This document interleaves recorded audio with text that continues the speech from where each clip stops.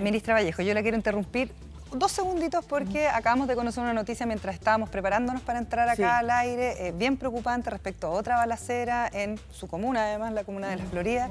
Usted es floridana, por lo que entiendo, y evidentemente hay una persona que fallece, otra persona que está baleada, que están ahí siendo atendidos por un centro asistencial. La situación seguridad evidentemente vuelve a marcar la agenda. Me gustaría que siguiéramos hablando de las 40 horas semanales, pero quiero conocer primero su apreciación respecto a esta noticia, que es la noticia del momento. Bueno, lo hemos dicho, lo han dicho nuestras autoridades del Ministerio del Interior. Vimos una crisis de seguridad que se arrastra de años y la expresión de estos hechos de violencia dan cuenta de eso, algo que la ciudadanía viene percibiendo hace mucho tiempo, la población. Como no amainar a pesar de los anuncios del gobierno, más encima el plan que se anuncia ayer, ¿no es cierto? No, lo que pasa es que a veces son procedimientos policiales. Los policías están actuando y en esta oportunidad actuaron, ¿no? Dejaron de actuar. O sea, es lamentable que salgan heridos. La noticia buena es que aquí no tuvimos ni un carabinero herido, sí un civil. Lamentablemente, cualquier pérdida de vida es un hecho lamentable, pero actuaron en función de un procedimiento frente a presuntos delincuentes, ¿no? Esto evidentemente tiene que ser investigado, esclarecido. Esperemos que se encuentre bien el carabinero que teníamos antecedentes hasta el momento, porque salió nuestra delegada herido en muñeca, en un dedo, y el otro que estamos todavía recabando más información hasta el minuto. Pero claro, estos procedimientos van a seguir pasando. Si nosotros vamos a intervenir barrios, las policías van a tener que actuar en esos barrios. ¿Va a aumentar la violencia? Porque uno diría, con los anuncios, uno diría, lo que va pasando va aumentando más la violencia, como que están incentivados, como que a medida que van muriendo carabineros o que van pasando hechos de violencia, parece que es peor. Más incentivan. Es que, si nosotros vamos a Ministra, disculpe, tenemos que interrumpirla un segundo porque está hablando la ministra Carolina Toá del Interior, así que vamos a conectarnos con prensa un minuto. A la operación en que se encontraba originalmente de drogas, pero más importante aún, a la agresión de la que fue parte funcionarios policiales en el cumplimiento de su deber. Conocido este hecho, parlamentarios de Chile Vamos rápidamente salieron a anunciar que van a votar en contra de las reglas del uso de la fuerza propuestas por el Ejecutivo, ingresadas ayer a tramitación y que partió hoy día. Ni siquiera habían escuchado su exposición de hecho y ya estaban diciendo que lo iban a votar en contra. ¿Qué le parece que a propósito de este hecho se esté haciendo este anuncio político? Bueno, me parece un poco precipitado. Este proyecto recién se presentó hoy día. Es un proyecto que fue solicitado por los propios parlamentarios de todos los sectores, muy especialmente por carabineros, también por las Fuerzas Armadas que intervienen en procedimientos de seguridad interior o de seguridad pública. Y la verdad es que bajo el concepto de las reglas de uso de la fuerza que está prevista en este proyecto, con los datos preliminares que tenemos, porque hay que recordar que estos son primeros antecedentes de un hecho. Esta es una intervención que se ajusta plenamente a las reglas de uso de la fuerza. O sea, no es lo más mínimo cuestionable desde el punto de vista del contenido de ese proyecto. La virtud que tiene es que hoy esas reglas no tienen rango legal. El día que la tengan va a significar más seguridad, reglas más claras y también reglas más transparentes, porque no van a ser dictadas por algún funcionario, sino por el Congreso Nacional, que es electo por todos los chilenos y todas las chilenas. Ministra, el alcalde se le consulta por palabras del alcalde de La Florida, Rodolfo Carter, sobre los operativos y los cuestionamientos del alcalde a la propia ministra y también al subsecretario del Interior, Manuel Monsalve, por la demolición de casas narcos. Si es que existe alguna vinculación con lo que se hizo en algún momento, se le pregunta a la ministra del Interior. ¿El día involucrado en un incidente? Es que no puedo responder eso porque eso tiene que ser parte de la investigación. Con estos elementos no tengo cómo saber si hay vinculación de este tráfico de drogas con otras acciones. Eso lo tiene que definir el fiscal. ¿El directamente al gobierno, en este caso usted, y acusa sectarismo en el gobierno, en este caso? ¿Qué les voy a decir? A ver, yo fui alcaldesa. Yo entiendo que los alcaldes y las alcaldesas quieren saber si los anuncios que ha hecho el gobierno respecto a nuevos planes de intervención, está su comuna dentro de las que va a estar incluida en esa intervención. Yo eso lo entiendo. Pero nuestro deber es informar esto plenamente, en primer lugar a los alcaldes y las alcaldesas, y por eso no hemos dado a conocer todavía ningún elemento de esta lista. Todo lo que se ha sabido son especulaciones. La lista va a ser dada a conocer en primer lugar a los municipios involucrados. Por lo tanto, el llamado que haría es que una vez que se conozcan los municipios involucrados y se conozca la metodología con que se definieron en ese momento hacer juicios sobre esa lista o el método con que se actuó. Por ahora no tiene ningún sentido y sinceramente como Ejecutivo estamos concentrados en planificar bien este plan y desde el punto de vista de los criterios que se ocuparon va a ser totalmente transparente cuáles son. Pero ayer se dieron a conocer 10 comunas.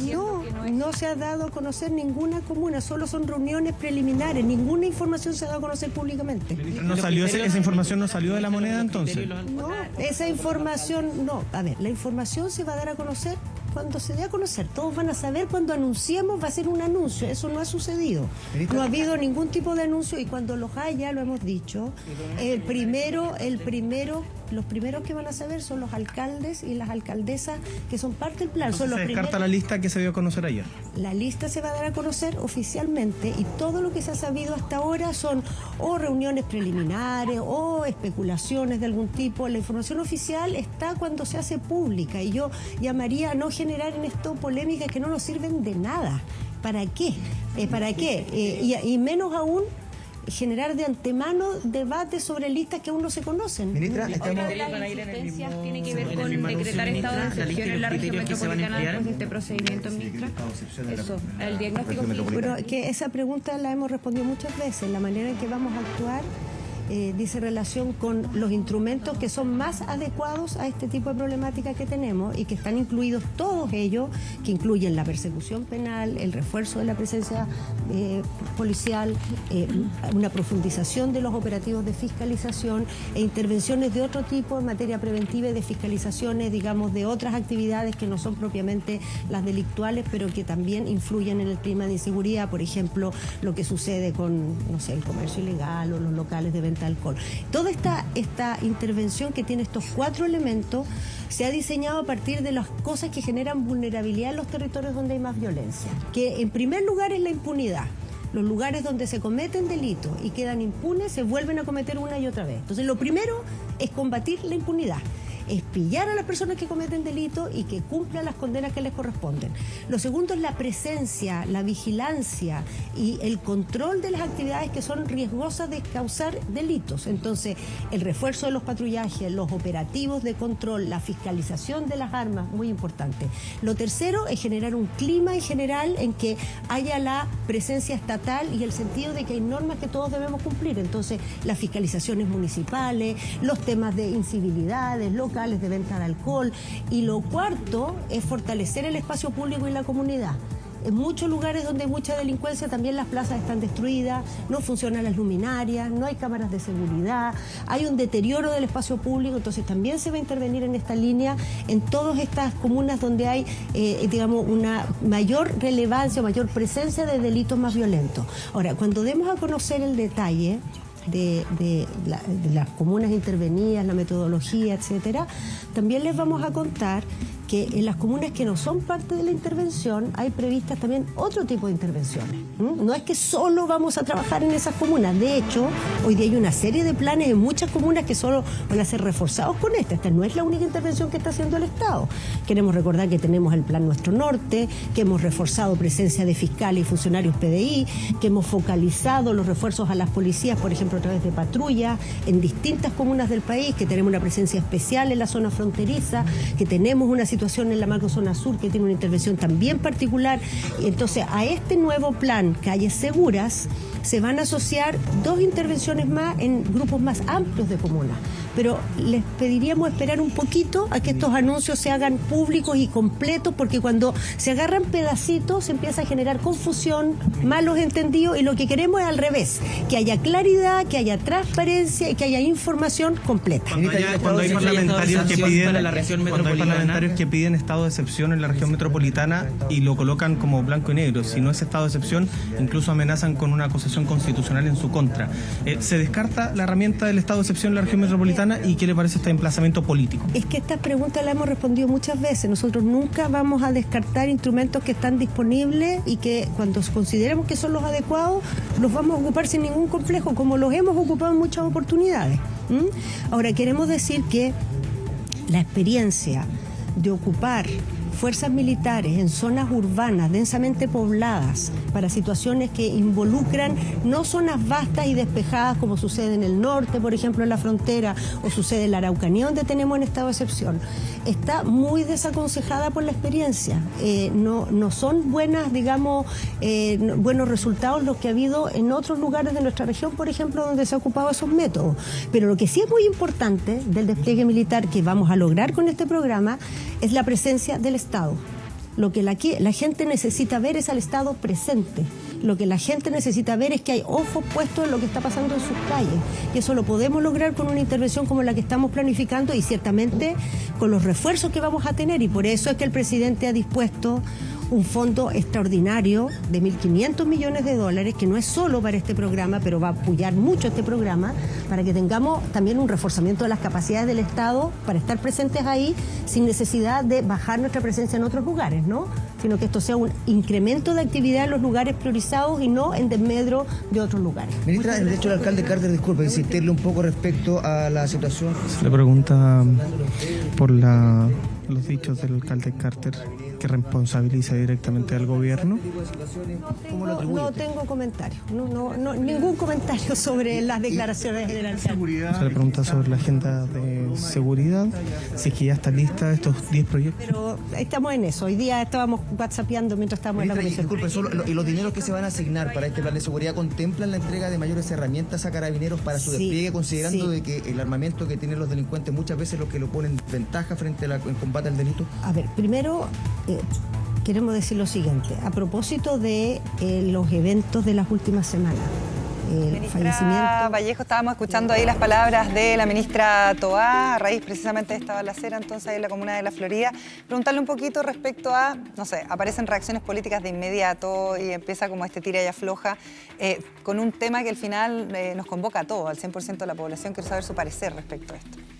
Bueno, yo creo que la ministra del Interior ha sido sumamente clara en todas las oportunidades en las que se le ha consultado sobre no solo las medidas que estamos preparando ahora para enfrentar la situación de delitos violentos en ciertas comunas de nuestro país, que son estas 30 comunas, sino que también de lo que se ha venido haciendo antes para poder enfrentar esta situación que se arrastra hace muchos años, como le decía.